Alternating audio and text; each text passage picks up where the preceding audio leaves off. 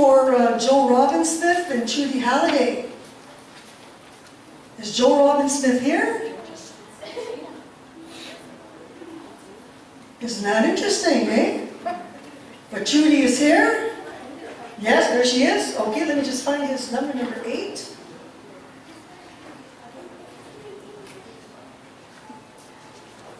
Maybe I can read his poem. Oh, would you like to read his poem? O-D-E, is that ode? Yes. Oh, I was going to say odd.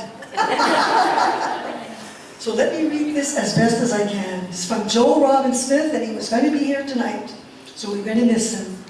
Ode to the Hat. I had hats all my life, started when I was small with a baby's bonnet, soon to become a tuck, keeping those ears warm. So did I say tuck? Toque? No, toque.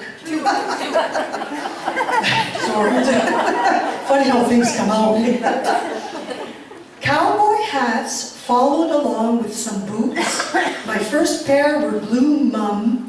Called them, no, it's so hard to read because it's not per line, the way he sent it. So my first pair were blue.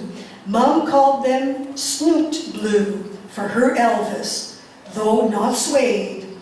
As I grew older, it became quite uncool. No one wore hats. No backwards baseball caps were allowed in those days. Then along came Indiana Jones, and I had to have that hat. Though in my heart I loved the look of Spencer Tracy and Bogart, far from debonair and daring. They finally relented, and I had it. Brown and canvassy it was. It didn't seem quite so cool now, until Grandpa Joe came along with one far more fetching at hand. A real felt fedora. His own it was. He'd worn it in the 1930s and 40s, and the stories he told of how it had saved his life while painting a stack at a sawmill in Wannock, of all places. Somewhere over the last 30 years, that hat that meant so much to us both disappeared into memories and was all but forgotten until one day last summer I saw it.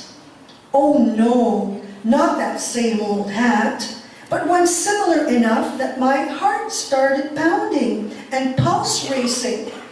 I primped and I posed in front of the mirror, a hat like no other I had on my head. Every time I reach into the closet to place that fedora on top of my head, I am reminded of Grandpa Joe and the tales that he shared, so many that cannot be remembered, that can't be remembered. And all this from a hat that seems just a bit out of date. It makes me wonder what tales will my own children remember of the man with the hat on his head. Thanks, Joe. That's good. And now Trudy Halliday. I'm going to read my little portion.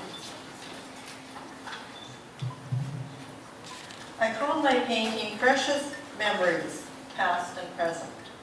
When I read the poem, I could visualize the transformation of Joe from baby to boyhood to manhood. I wanted to use a mirror as a reflection of the past and now, seeing the ghostly image of people from days gone by. The poem also had me remembering my own childhood, therefore prompting me to dig through old photos and finding some of my dapper dad standing by his car wearing his fedora hat. Great poem, Joe. Oh, thank you.